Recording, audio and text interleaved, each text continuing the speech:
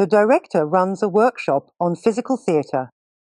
There, over several days, a group of people create a structure for an improvised performance.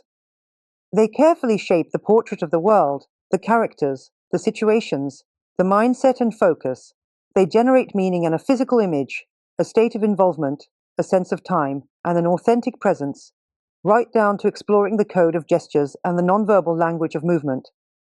So, what consequences and effects might arise in the shared reality, in the life of a participant, and in the life of the author when such a collaborative, creative process unfolds?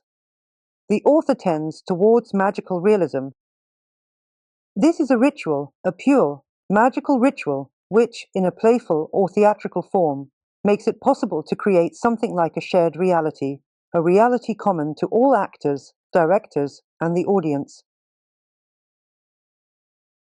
The acting out of the script on stage at that moment is a kind of mystery, and at the head of every mystery there is always a deity. It is good if you know which deity it is, or at least can recognize and identify it.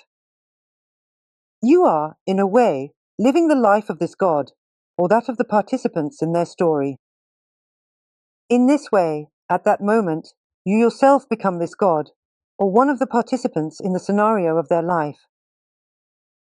At the moment you live through this act, this ritual act of magical realism, you take in the full experience of the character you are playing, as well as the complete experience of the scripted situation unfolding at that time.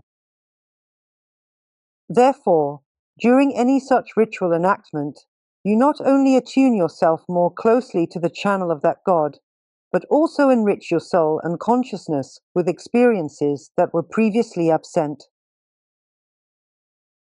If this deity is essentially yours, or at least friendly towards you, you might feel you have earned a couple of extra reincarnations and improved your karma.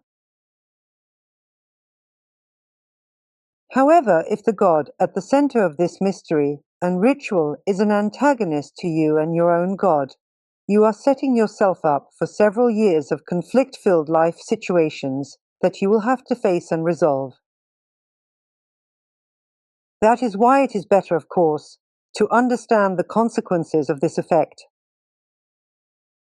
We can often see this theatrical effect in mystical stories, such as Macbeth, where actors playing Macbeth himself, or the three witches, later face misfortunes in their lives. And why is that? Because there was a mismatch. The witches in Macbeth are connected to Hecate, while Macbeth himself is hard to define. Well, he is portrayed as a Christian, but it doesn't really seem that way. And if the actors playing these roles are devout Christians, then by taking in these informational packages, they are, in effect, cursing themselves, which can later lead to misfortunes, even fatal consequences. The same effect, for the same reason, lies behind the curse of the cult classic The Master and Margarita. It is well known that many actors who worked on this piece ended their lives rather quickly and under mysterious circumstances. The reason here is the same. A good actor immerses deeply into a role, and this immersion, deep immersion into the role, immersion into the reality, allows them to absorb the full informational potential of their character and the dramatic situation they are part of. But for a devout Christian, Jew, Muslim, or the like, immersion in such a reality is equivalent to self-cursing, which likewise leads to a rapid shutdown of the program. In this case, the curse works as the destruction of the personality's program. And if the entire personality was built on a Jewish matrix, or any other Abrahamic matrix, this kind of curse can lead to the complete destruction of consciousness. And when consciousness is destroyed, the body soon follows. I very much hope, colleague, that I have explained it clearly.